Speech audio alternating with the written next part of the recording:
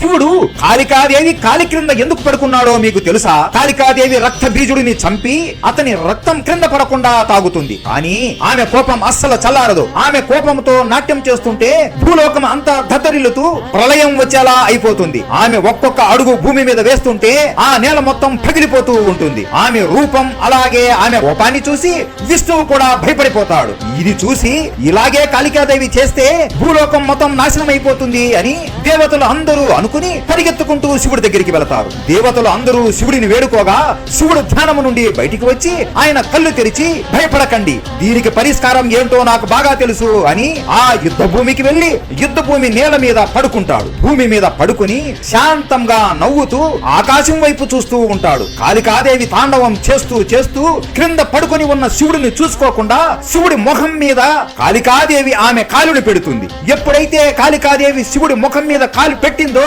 ఆమె కోపం అంతా తగ్గిపోయి ఆమె తల దించి క్రింద ఉన్న శివుడిని చూడగానే ఆమె నీలి రంగు మాయమైపోయి కళ్ళలో కోపం అంతా తగ్గిపోయి శాంతిస్తుంది. ఆమె భయంకరమైన నాలుకని కూడా లోపలికి పెట్టుకొని పార్వతీదేవి లాగా మారిపోతుంది. చేతులు జోడించి ప్రభు నన్ను క్షమించండి, ఆ రక్త బీజుడు చేసిన పనులకి కోపం ఎక్కువైపోయి నేను ఏం చేస్తున్నా కూడా నాకు గుర్తుకు లేదు, మీ మీద కాలు పెట్టినందుకు నన్ను క్షమించండి అని శివుడిని హత్తుకుంటుంది. అలా శివుడు తన భార్య కోపాన్ని అనచడానికి ఇలా చేశాడు.